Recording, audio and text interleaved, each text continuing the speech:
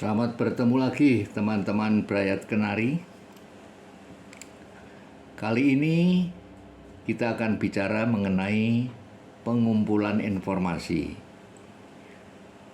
Beberapa teman mengingatkan saya bahwa mengumpulkan informasi itu ternyata gampang-gampang sulit. Gampang karena barangkali dilakukan secara wawancara seperti kita omong-omong sehari-hari.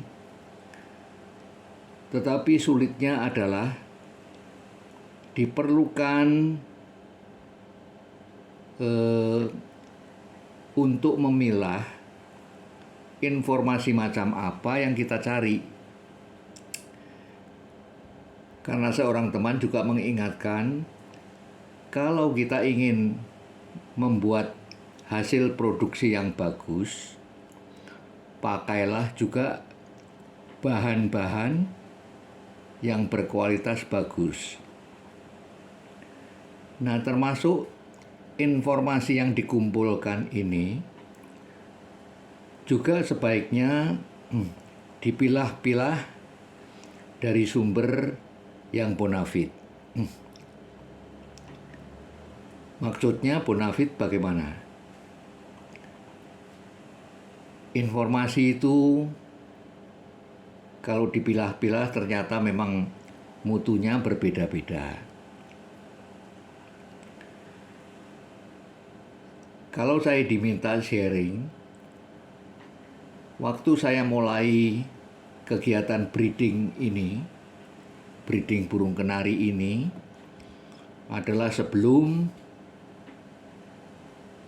Krismon, sebelum tahun 2000.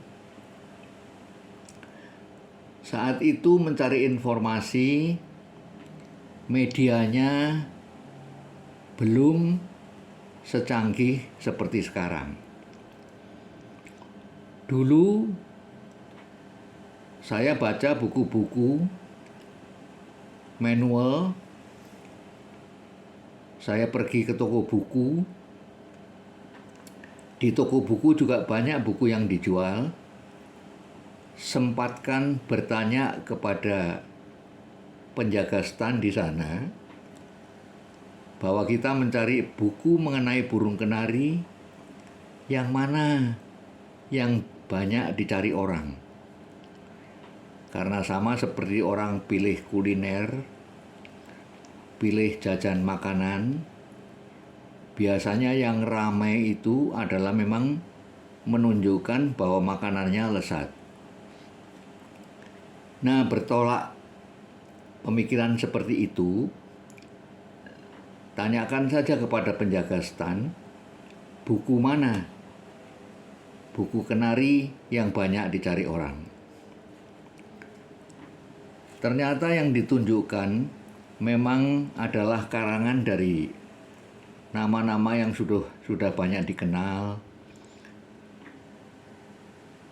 Dr. Hewan Nugroho, bukunya saya beli. Ada lagi Arif Suseno, nama yang cukup terkenal juga, bukunya saya beli. Beberapa nama muncul dulu setiap kali Intisari, majalah Intisari terbit, nama itu juga muncul membawakan karangan mengenai hobi ternak, itu juga saya beli. Nah, dari yang seperti itu saya mengharapkan punya bahan, punya informasi yang bisa saya pakai sebagai pegangan, sehingga nantinya dimanfaatkan untuk bisa menghasilkan hasil produksi yang bermutu. Nanti saya sertakan foto burung kenari.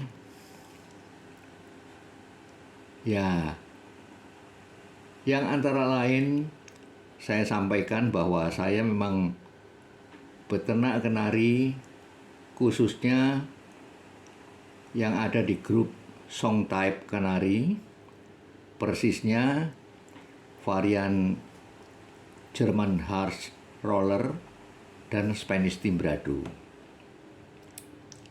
Nah, zaman sekarang mencari info jauh lebih mudah. Sekarang ada YouTube. Kita buka saja, tidak perlu lagi pergi ke toko buku. Duduk di rumah, buka gadget atau PC, kita sudah bisa dapat info. Tapi sama juga dengan cara memilih sumber informasi yang bukan online, yang offline. Saya terbiasa juga melakukan seperti yang saya lakukan dalam memilah secara offline. Channel di YouTube, ya yang saya buka katakanlah mungkin saya ikuti 1-2 kali, ternyata judulnya dan kontennya jauh berbeda. Judulnya sangat menarik hati, tapi setelah diikuti, diperhatikan, didengarkan, sama sekali berbeda dengan yang ditulis di judul. Untuk yang channel demikian, biasanya saya tidak ulang lagi untuk mendengarkan channel itu. Apalagi kalau channel itu dari awal, dari depan-depan sudah nguber-uber untuk segera subscribe dan like. Nah, itu biasanya membedakan antara ini YouTuber memang mau menyajikan konten yang bermutu atau sekedar dia mengejar angka subscriber dan like. Ya, karena jadi YouTuber itu ya memang ada duitnya. Jadi sering orang memaksakan membuat judul dan segera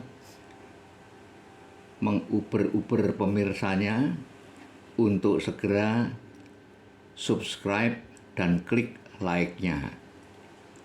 Nah, itu antara lain juga untuk memilah channel mana yang bonafit atau yang tidak bonafit. Demikian sharing saya kali ini, teman-teman semua. Mudah-mudahan kita bisa mengikuti semboyan dari teman-teman itu dari jurusan ekonomi yang pakai moto dengan pengorbanan sekecil-kecilnya mendapatkan hasil sebesar-besarnya. Jadi mudah-mudahan informasi yang diburu itu juga tidak menyebabkan kita kehilangan banyak waktu karena kita sudah punya patokan sumber seperti apa yang akan kita simak. Demikian teman-teman, sharing saya kali ini. Salam sukses untuk Anda semua. Salam satu hobi. Terima kasih.